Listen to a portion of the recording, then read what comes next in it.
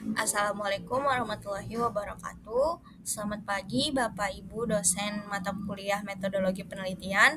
Perkenalkan, saya Dewi Sukmawati, mahasiswa dari Prodi Akuntansi Manajerial angkatan tahun 2022. Hari ini saya akan mempresentasikan proposal penelitian saya yang berjudul Pengaruh Kompensasi Direksi terhadap Biaya Karyawan dan Implikasinya terhadap Harga Saham pada sektor perbankan.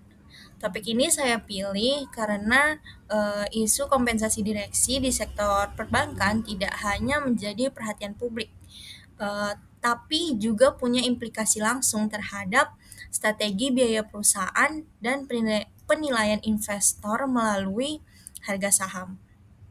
Saya akan menjelaskan latar belakang, rumusan masalah dan tujuan, teori, dan literatur yang mendukung, hipotesis, hingga yang terakhir metodologi penelitiannya.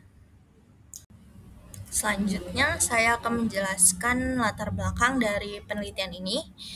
Seperti yang kita ketahui, sektor perbankan punya peran strategis sebagai motor penggerak perekonomian nasional. Namun, muncul fenomena aktual yang menarik terkait kenaikan kompensasi direksi yang signifikan, meskipun kinerja laba ataupun harga sahamnya tidak selalu meningkat. Misalnya, seperti yang terjadi di Bank Mandiri, kompensasi direksinya naik 52%, sementara laba mereka hanya naik sebesar 1,85%. Dan harga saham mereka justru turun sebesar 5,79%. Hal yang sama juga terjadi di BNI, dengan kompensasi direksinya naik 60%, tapi harga sahamnya turun lebih dari 19%. Sebaliknya, untuk BCA mencatatkan kenaikan kompensasi direksi yang lebih moderat, sejalan dengan kenaikan laba dan juga kenaikan harga saham. Dari kejadian ini menimbulkan pertanyaan, apakah kenaikan kompensasi direksi mendorong pengetatan biaya karyawan, dan apakah kebijakan itu akhirnya tercermin juga dalam harga saham?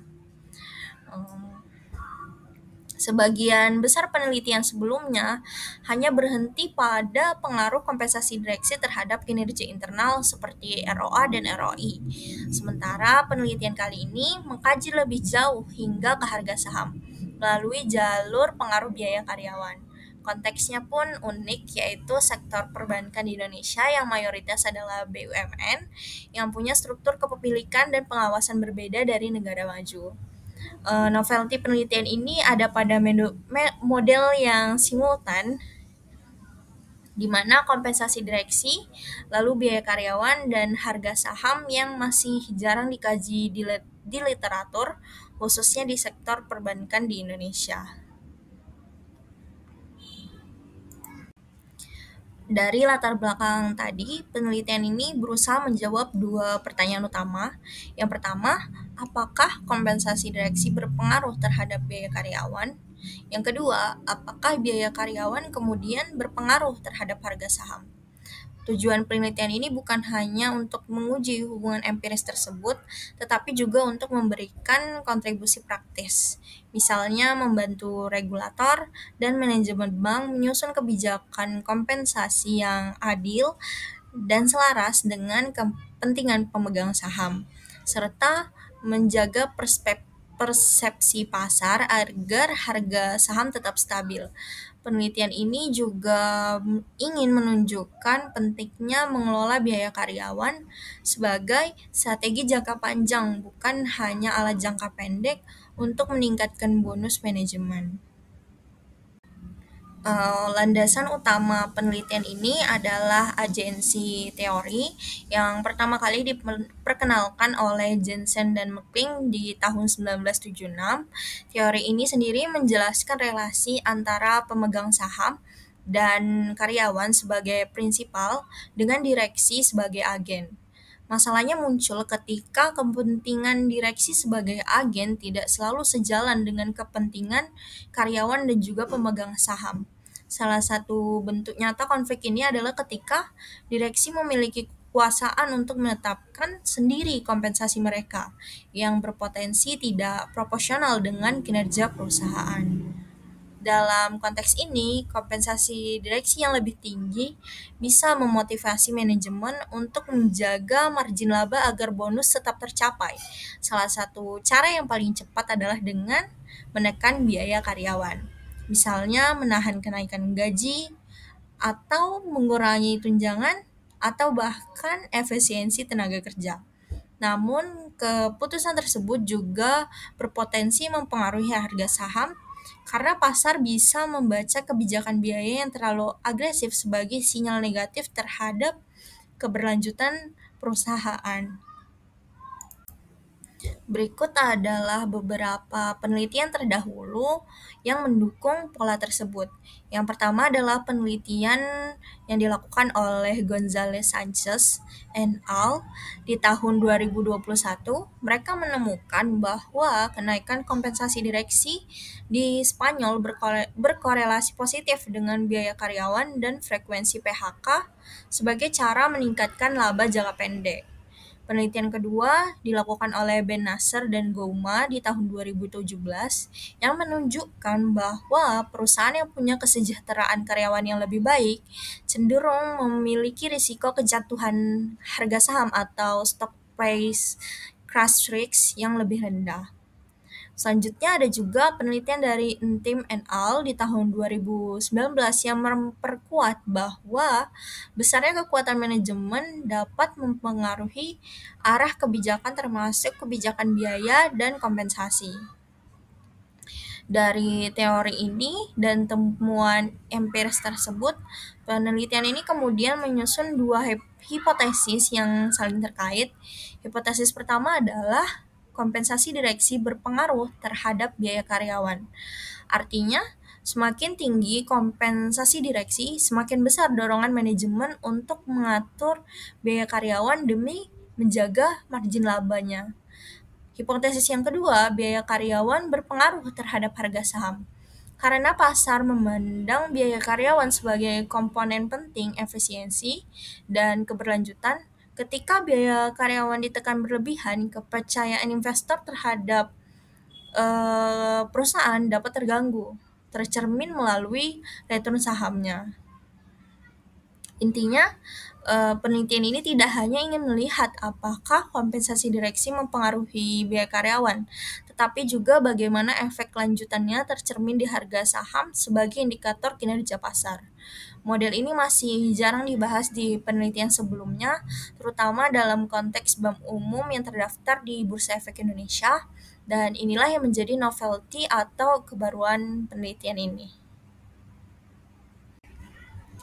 Selanjutnya untuk metodologi penelitiannya, pada penelitian ini saya menggunakan pendekatan kuantitatif dengan desain kausalitas karena tujuan penelitiannya adalah untuk menguji pengaruh kompensasi direksi terhadap biaya karyawan serta dampaknya terhadap harga saham. Pendekatan ini mungkin lebih relevan karena kita ingin melihat hubungan sebab akibat baik langsung maupun tidak langsung antara variabel independen, intervening, dan dependennya. Untuk data yang digunakan adalah data sekunder yang bersifat data panel, yaitu gabungan data lintas perusahaan dan time series selama periode 2020 hingga 2024. Sampel penelitiannya terdiri dari 39 bank umum yang terdaftar di Bursa Efek Indonesia yang terpilih melalui teknik purposive sampling. Kriteria pemilihannya sendiri adalah yang pertama, bank umum yang aktif, mempublikasikan laporan tahunan lengkap, punya data kompensasi direksi, biaya karyawan, dan data harga saham untuk menghitung return saham tahunan. Variabel dalam penelitian ini yang pertama adalah kompensasi direksi sebagai variabel independen yang diukur dari total kompensasi tahunan seluruh direksi yang di dalamnya itu termasuk ada gaji pokok, bonus, tunjangan yang mengacu pada metode dari artikel referensi yaitu oleh Gonzalez Sanchez et al. Di tahun 2021. Untuk variabel yang kedua adalah biaya karyawan yang sebagai variabel intervening dihitung dari total beban perusahaan untuk menggaji karyawan tetap dan tidak tetap juga mengacu dari penelitian yang sama, yaitu Gonzalez Sanchez et al. Di tahun 2021. Variabel yang ketiga adalah harga saham sebagai variabel dependen yang diukur menggunakan return tahunan, yaitu perubahan harga penutupan akhir tahun, lalu dibandingkan dengan harga penutupan di awal tahun. Pemilihan return saham sebagai indikator kinerja pasar saya lakukan karena return mencerminkan persepsi investor secara langsung terhadap strategi biaya dan kebijakan kompensasi direksi. Untuk teknik analisis datanya, penelitian ini menggunakan yang pertama itu uji deskriptif untuk memahami distribusi dan karakteristik datanya, lalu uji asumsi klasik seperti uji normalitas, multikolineritas, dan heterokedastisitas. Lalu kemudian akan dilakukan uji model regresi panel, termasuk pemilihan model terbaik, yang diantaranya itu common effect, fixed effect, dan random effect. Pemilihan model ini nantinya akan ditentukan melalui uji Chow, uji Hausman, dan uji Lagrange multiplier. Untuk analisis regresi panelnya dipilih karena data panel memungkinkan mengamati variasi antar bank sekaligus antar tahun, sehingga hasilnya lebih robust dan dapat memperhitungkan pengaruh yang berbeda antar entitas maupun waktu. Proses analisis direncanakan akan dilakukan menggunakan software statistik, mungkin SPSS atau eViews, dan terakhir saya juga melakukan teknik dokumentasi sebagai metode pengumpulan data, yaitu mengumpulkan data dari laporan tahunan yang diunduh dari website resmi Bursa Efek Indonesia dan database Osiris. Semua langkah ini dirancang agar nantinya penelitian ini dapat menghasilkan temuan empiris yang valid dan relevan bagi pengambil keputusan di sektor perbankan. Baik, sebagai penutup, penelitian ini diharapkan memberikan kontribusi teoritis untuk memperluas pemahaman agensi teori di konteks perbankan Indonesia. Juga kontribusi praktis seperti membantu merancang kebijakan kompensasi direksi yang tidak hanya adil bagi manajemen tetapi juga memperhatikan kesejahteraan karyawan dan menjaga stabilitas harga saham. Dengan demikian, penelitian ini dapat memberikan manfaat bagi regulator, manajemen bank, investor, dan akademisi. Sekian yang dapat saya sampaikan. Saya mohon kritik dan saran dari Bapak Ibu agar penelitian ini lebih baik ke depannya. Terima kasih. Wassalamualaikum warahmatullahi wabarakatuh.